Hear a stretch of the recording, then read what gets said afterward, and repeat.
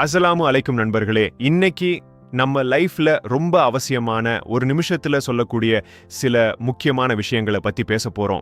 முதலாவது அறிவு. குர்ஆனோட முதல் வார்த்தையே இக்ரஃப், அதாவது ஓதுவீராக. மார்க்க கல்வியோட சேர்த்து இன்னைக்கு இருக்கிற டெக்னாலஜி, எகனாமிக்ஸ்னு உலக அறிவையும் வளர்த்துக்கோங்க. அறிவே ஆயுதம். ரெண்டாவது நம்ம கேரக்டர், அக்லாக்.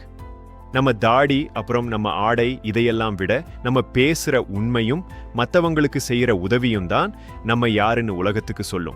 ஒரு முஸ்லிமோட நடத்தைய பார்த்தே மற்றவங்க இஸ்லாத்தை நேசிக்கணும். மூணாவது செல்ஃப் டிபெண்டன்ஸ்.